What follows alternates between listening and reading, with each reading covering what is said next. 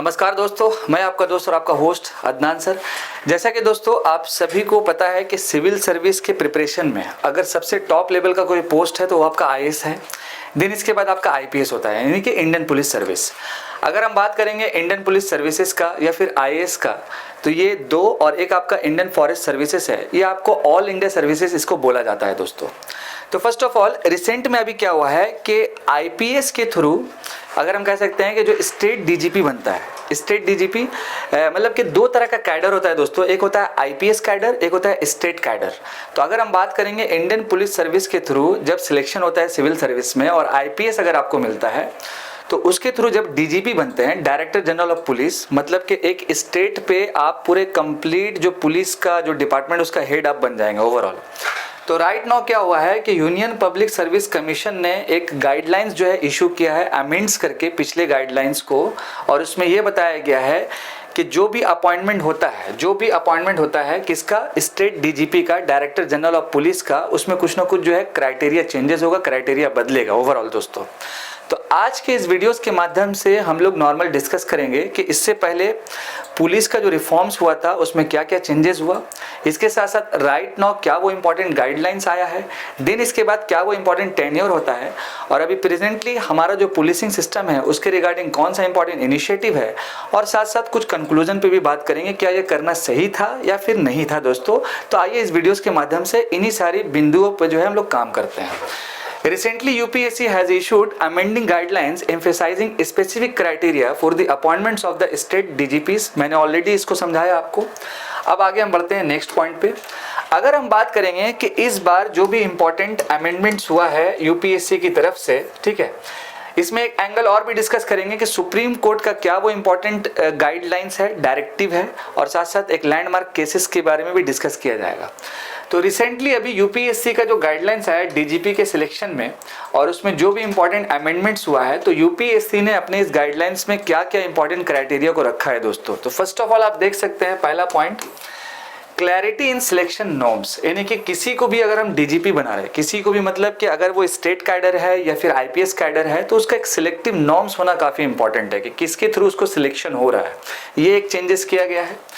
Second जो important point है दोस्तों वो है सर्विस टेन्योर रिक्वायरमेंट, ठीक है, सर्विस का जो टेन्योर रिक्वायरमेंट है, यानी कि कितने सालों के लिए जो है इनको जो है किया जाएगा अपॉइंट्स। जैसे एज फॉर एग्जांपल 2 इयर्स एक सुप्रीम कोर्ट का गाइडलाइंस है, तो यहाँ पर क्या मतलब कि बोला गया ओवरऑल, तो इसका रिक्वायरमेंट क्या होना चाहिए। तीसरा जो इम्पोर्टेंट यूपीएससी का जो गाइडलाइंस आया है रिगार्डिंग अमेंडमेंट्स में, रिवाइज्ड एक्सपीरियंस क्राइटेरिया, यानी मान लीजिए अगर किसी भी पर्सन को आप डीजीपी के पोस्ट पे जो है भेज रहे हैं, तो उनका जो है जो भी एक्सपीरियंस था पिछला उसको रिवाइज किया जाए कि क्या वो एक्सपीरियंस होना चाहिए, किस बेसिस पे उनको जो है मेरिट्स पे लाया जाए और कैसे जो है उनका सिलेक्शन होगा ओवरऑल दोस्तों। फोर्थ वन जो इंपॉर्टेंट है आपका, जो इस बार अमेंडमेंट हुआ है, limit on short listed officers, ठीक है, यानी कि कभी कभी होता क्या है कि जैसे मान लीजिए 5 लोग ऐसे हैं जो स्टेट डीजीपी के क्राइटेरिया में मान लीजिए फिट होते हैं, तो मान लीजिए 5 लोगों का फिट हो गए। अब उन 5 लोगों में मान लीजिए 2 ही लोगों का सिलेक्शन करना है या 1 लोगों का सिलेक्शन करना है, तो यहाँ पर यह बताया गया है कि शॉर्टलिस्टेड जो ऑफिसर्स होते हैं, यानी नंबर ऑफ ऑफिसर जो शॉर्टलिस्ट किया जाता है उसको लिमिट में रखना पड़ेगा ताकि आपस में कॉन्फ्लिक्ट ना हो पाए ओवरऑल, ठीक है।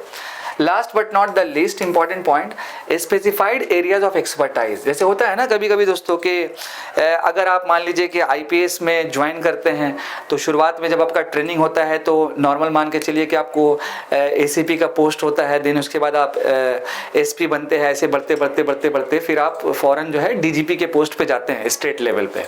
तो यहाँ पर कहने का मतलब ये है कि जो भी एरिया ऑफ एक्सपर्टाइज है, मतलब आप अपने पूरे सर्विस में जो इंपॉर्टेंट प्रोफाइल पे काम कर रहे हैं, मान लीजिए आपने नारकोटिक्स पे के ऊपर काम किया या फिर साइबर क्राइम्स के ऊपर काम किया, तो वो एरिया ऑफ एक्सपर्टाइज काफ़ी मैटर करता है, ठीक है।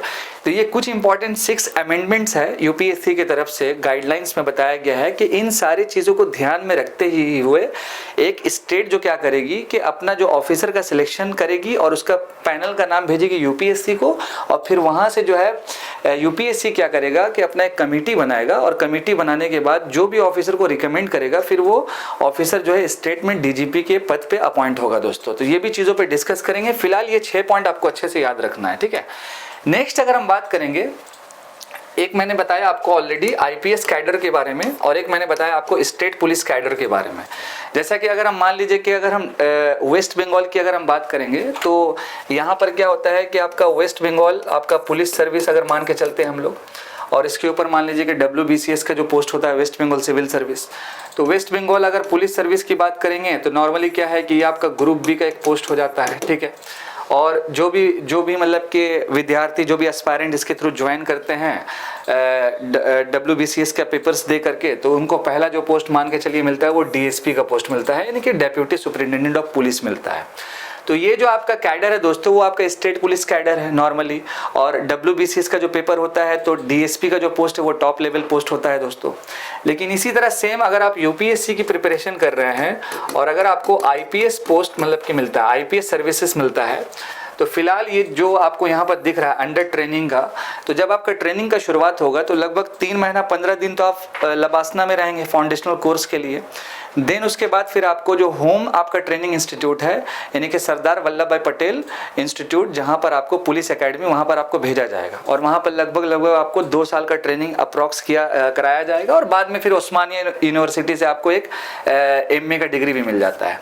तो वहाँ पर जो आपका पोस्ट होगा असिस्टेंट सुपरिटेंडेंट होगा, या फिर आप कह सकते हैं असिस्टेंट मतलब के सुपरिटेंडेंट ऑफ पुलिस हो गया, फिर डेप्यूटी सुपरिटेंडेंट ऑफ पुलिस, फिर एडिशनल जो है SP का पोस्ट मिलता है, उसके बाद फिर SP यानी सुपरिटेंडेंट ऑफ पुलिस का पोस्ट मिलता है। तो ये एक हायरार्की चलते जाता है, और जैसे जैसे पोस्ट आगे बढ़ेगा उसी तरह से आपका जो बैच है जो यहाँ पर चिपका हुआ रहता है स्लिप्स में, तो उसमें आपका स्टार हो जाएगा, फिर इसके बाद अशोक स्तंभ हो जाएगा, और लास्ट में इस तरह का डेजिग्नेशन जो है बदलता जाएगा दोस्तों। तो एक जो कैडर होता है वो आपका IPS कैडर है दोस्तों, और दूसरा आपका स्टेट पुलिस का कैडर है।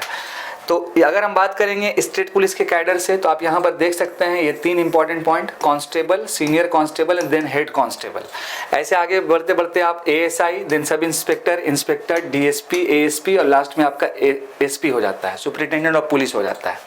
लेकिन अगर हम IPS कैडर की बात करेंगे तो ASP, देन इसके बाद SP, किसी किसी प्लेसेस में SSP का भी पोस्ट होता है दोस्तों। ऐसे बढ़ते बढ़ते फिर हम लोग IG रैंक में पहुंचेंगे, मतलब कि इंस्पेक्टर जनरल, और लास्ट में आपका ये DGP का रैंक आ जाता है दोस्तों, जो नॉर्मली क्या होता है कि एक स्टेट लेवल पे पुलिस का जो है हेड होता है दोस्तों। तो यहाँ पर मेन मामला यही है कि एक स्टेट का जो DGP है उसका रूल्स रेगुलेशन कैसे अपॉइंट होता है, उसी पे जो भी चेंजेस किया है दोस्तों, ठीक है। नेक्स्ट अगर हम बात करेंगे कि सुप्रीम कोर्ट का क्या गाइडलाइंस है पुलिस रिफॉर्म्स के रिगार्डिंग, तो ये भी काफ़ी इंपॉर्टेंट और महत्वपूर्ण है, और आपके एग्जामिनेशन के लिए भी काफ़ी महत्वपूर्ण है दोस्तों। फर्स्ट ऑफ ऑल साल 2006 में एक केस हुआ था प्रकाश सिंह केस के नाम से। तो सुप्रीम कोर्ट ने इस पार्टिकुलर केस के बाद कई सारा इंपॉर्टेंट गाइडलाइन जो है बनाया, डायरेक्शंस बनाया, तो उसको थोड़ा थोड़ा हम लोग देख लेते हैं दोस्तों। Supreme court issued 7 directive to drive police reforms in India acknowledging wide spread issues.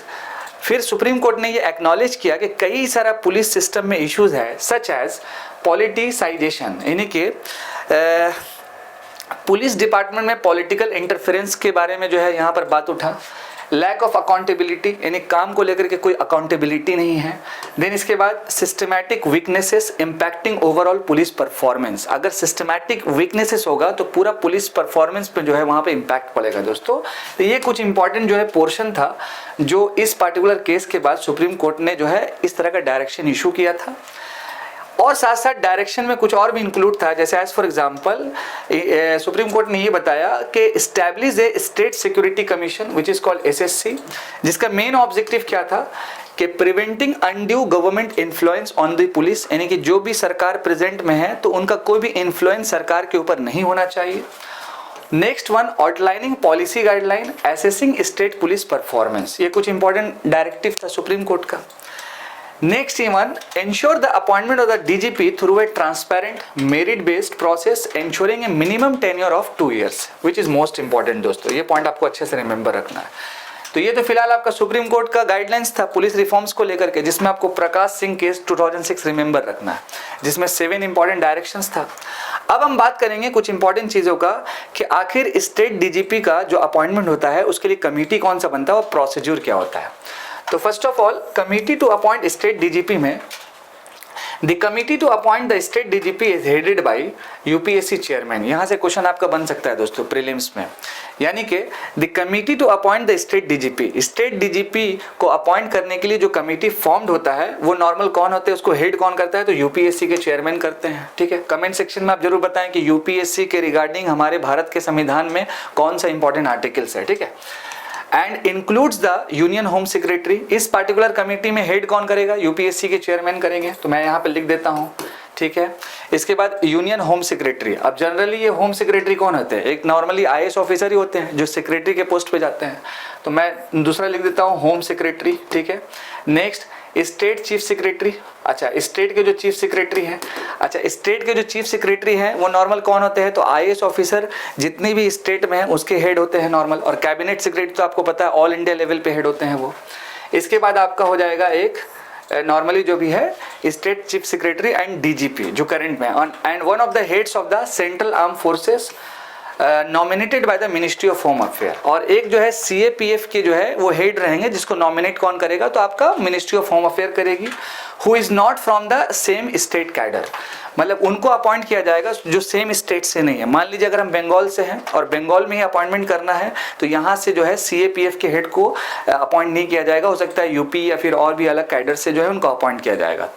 Next अगर हम बात करेंगे प्रोसीजर फॉर सिलेक्शन का, the state government concern have to send UPSC the names of the probable 3 months before the incumbent DGPs are to retire.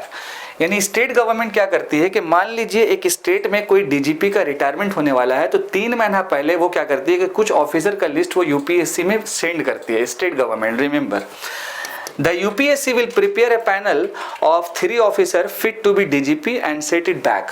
UPSC क्या करती है कि एक पैनल बनाती है 3 ऑफिसर्स का, और उसमें ये तय होता है कि डीजीपी का जो भी पोस्ट है वो कैसे फिट होगा, और फिर उसको जो है वापस भेजती है स्टेट गवर्नमेंट के पास। The state in return shall appoint one of the person shortlisted by the UPSC. देखिए ये एक एक्चुअल में प्रोसेस है, ये एक प्रोसीजर है दोस्तों, ये काफी महत्वपूर्ण है, इंपॉर्टेंट है। Last but not the list, जो काफी इंपॉर्टेंट पॉइंट है यहाँ पे, एक तो है आपका कि minimum 2 year tenure for other operational police officers including district superintendent and station house officer SHO. ठीक है, ये आपका स्टेट कैडर की बात कर रहे हैं। Next one, create a police establishment board which is most important. Next one, state level police complaints authority which is called PCA. Last but not the least, from a national security commission NSC at the union level to create a panel for selecting and placing central police organisation CPO chiefs ensuring a minimum tenure of 2 years। यहाँ तक का बात पता चला कि 2 साल का tenure है, सुप्रीम कोर्ट का भी गाइडलाइंस है, और उसके साथ साथ यूपीएससी का जो गाइडलाइंस आया, अमेंडिंग रूल्स आया। There are 6 important key points जो आपको रिमेंबर रखना है। देन इसके साथ साथ what is the selection process of state DGPs, जो मैंने इसी वीडियोस में आपके साथ साझा किया, आपके साथ डिस्कस किया। Last but not the list which is most important, जो आपके प्रीलिम्स में हेल्प कर सकता है, वो आपके सामने ये रहा। फर्स्ट ऑफ ऑल इसमें हम बात करेंगे कि पुलिस रिफॉर्म जो हमारे भारत में हुआ है उसके रिगार्डिंग कुछ इंपॉर्टेंट चीज़ों पे डिस्कस कर लेंगे दोस्तों। पहला है कि पुलिस रिफॉर्म्स के रिगार्डिंग भारत के संविधान में कौन सा इंपॉर्टेंट कॉन्स्टिट्यूशनल स्टेटस है। तो फर्स्ट ऑफ ऑल आप देख सकते हैं कि स्टेट सब्जेक्ट है, पुलिस जो है वो आपका स्टेट सब्जेक्ट्स में आता है, फर्स्ट पॉइंट। सेकेंड पॉइंट है आपका 7th शेड्यूल आपको रिमेंबर रखना है, police and public order which is most important. जैसे दोस्तों क्या है कि आपका 3 तरह का सब्जेक्ट होता है, एक होता है यूनियन लिस्ट, एक होता है आपका स्टेट लिस्ट, एक होता है कंकरेंट लिस्ट। तो पुलिस जो है आपका वो आपका स्टेट सब्जेक्ट्स में आता है। आखिर क्यों जरूरत पड़ा रिफॉर्म्स करने का, वाई रिफॉर्म्स करने का? तो देखिए रिफॉर्म्स करने का जो सबसे इंपॉर्टेंट है कॉलोनियल लॉ, मतलब ब्रिटिश वाला टाइम आपको याद होगा, कस्टोडियल डेथ हो गया, lack of accountability, political interference, poor gender sensitivity, then last but not the least no anti torture law. ठीक है, इसके साथ साथ कई बार क्वेश्चन ये भी पूछा गया है कि important committees and commission Bharat सरकार की तरफ से कौन कौन सा बनाया गया, तो वो भी जानना काफ़ी महत्वपूर्ण है और काफ़ी इंपॉर्टेंट है दोस्तों इसमें, और वो जानना ज़रूरी भी है। फर्स्ट ऑफ ऑल एक नेशनल पुलिस कमीशन बना था 1977 से 81 के बीच में, ये आपको अच्छे से रिमेंबर रखना है। एक कमेटी थी जिसका नाम था रिबेरो कमेटी, 1998 में बना था। देन इसके बाद साल 2000 में एक कमेटी और बनी, पद्मनाभला कमेटी। 2002 और 2003 के आसपास एक कमेटी बना, मालीमत कमेटी, और कई बार यहाँ से क्वेश्चन पूछा गया है। 2005 में पुलिस एक्ट ड्राफ्टिंग कमेटी बना। 2006 में दोस्तों सुप्रीम कोर्ट का डायरेक्शन आया, Prakash Singh case versus Union of India which is landmark case, जो मैंने आपसे ऑलरेडी बताया। साल 2007 में फिर एक इंपॉर्टेंट सेकंड एआरसी का रिपोर्ट आया, और ये सेकंड एआरसी का रिपोर्ट आपको पता है कि बहुत ज़्यादा इंपॉर्टेंट है सेकंड एआरसी का रिपोर्ट, ठीक है।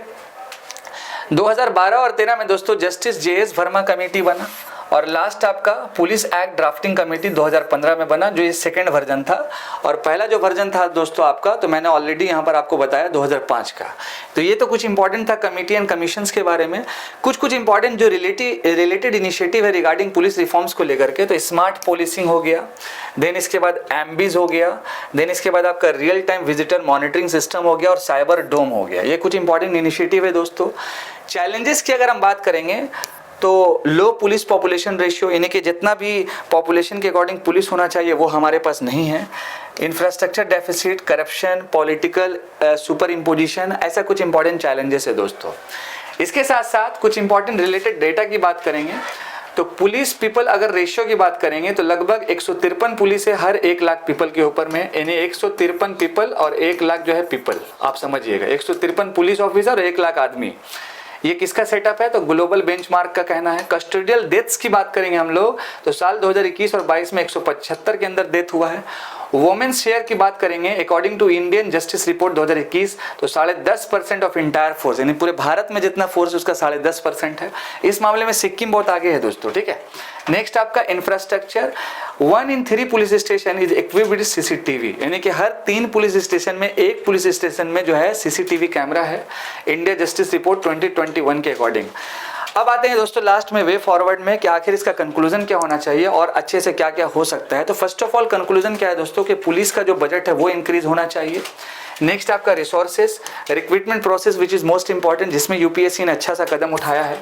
Implement measures to reduce corruption, skill of policeman, better representation women and minorities. I hope कि दोस्तों आज इसी वीडियोस के माध्यम से पुलिस रिफॉर्म्स के रिगार्डिंग, यूपीएससी के अमेंडमेंट्स के रिगार्डिंग मैंने सारे चीज़ों को साझा किया। वीडियो थोड़ा सा लंबा हुआ होगा लेकिन काफ़ी इंफॉर्मेटिव है दोस्तों, जो आपके एग्जामिनेशन परस्पेक्टिव से काफ़ी महत्वपूर्ण है, चाहे वो प्री हो या फिर आपका मेंस हो। आई होप कि ये सारा जो कंटेंट्स है वो आपको काम आएगा। मैं आपका दोस्त आपका होस्ट अदनान सर, जय हिंद दोस्तों।